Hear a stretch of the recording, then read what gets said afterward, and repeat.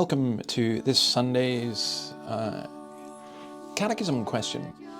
We are on to question 12. And it's a fascinating one that, if I would argue that some of the other ones that we've looked at are doctrines that the Church is liable to forget, I suspect this one many of us have never even heard. And it does seem unusual. Last week we looked at what are God's works of providence, His most holy, wise and powerful, preserving and governing all His creatures and all their actions. Then this one, let me read it to you. Question 12. What special act of providence did God do for man whom He created? Answer. After man's creation, God entered into a covenant of life with him, requiring perfect obedience, forbidding him to eat of the tree of the knowledge of good and evil, or he would die. What special act of providence did God do for man whom He created? After man's creation, God entered into a covenant of life with him, requiring perfect obedience, forbidding him to eat of the tree of the knowledge of good and evil, or he would die. That's such an interesting question, and especially the language that is used. So let's just look at the two proof texts that they use for that. And the first is in Galatians chapter 3 and verse 12. Galatians 3 verse 12, which says this: the law is not based on faith. On the contrary, it says the person who does these things will live by them. And then Genesis, of course, it's going to be Genesis chapter 2 and verse 17. Let me just get that for you. Genesis 2 verse 17. You must not eat from the tree of the knowledge of good and evil, for when you eat from it, you will certainly die.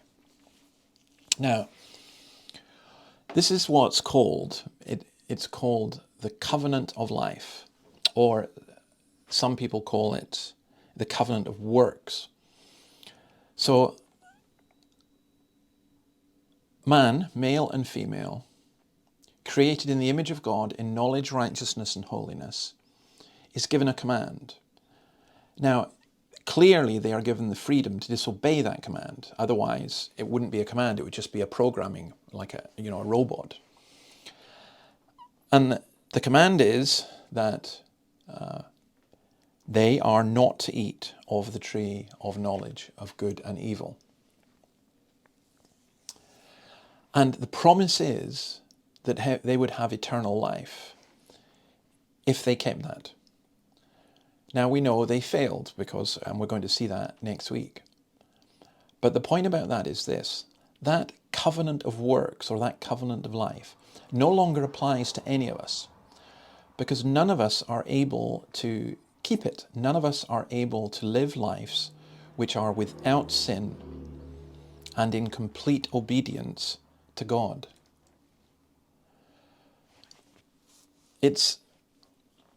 There's really not much more to it than that.